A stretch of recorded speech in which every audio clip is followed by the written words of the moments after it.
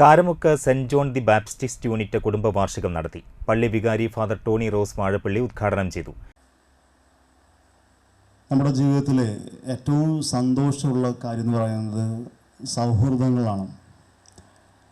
ആരെല്ലാം തമ്മിൽ ഒരുമിച്ചിരുന്ന് സംസാരിക്കാനും സൗഹൃദം പങ്കുവയ്ക്കാനും നമ്മുടെ നന്മകളും നമ്മുടെ കുറവുകളുമൊക്കെ പരസ്പരം പങ്കുവയ്ക്കുകയും ചെയ്യുന്ന സാഹചര്യത്തിലാണ് എപ്പോഴും മനുഷ്യൻ്റെ ആ വിശാലത നമുക്ക് മനസ്സിലാക്കാനായിട്ട് സാധിക്കുക.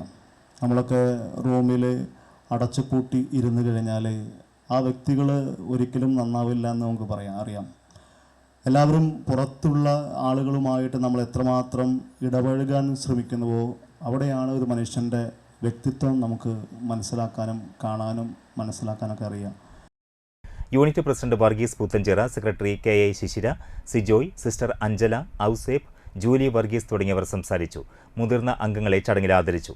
കരോൾ ഗാനം മത്സരത്തിലെ വിജയികൾക്ക് സമ്മാനങ്ങൾ വിതരണം ചെയ്തു. തുടർന്ന് വിവിധ കലാപരിപാടികളും അരങ്ങേറി.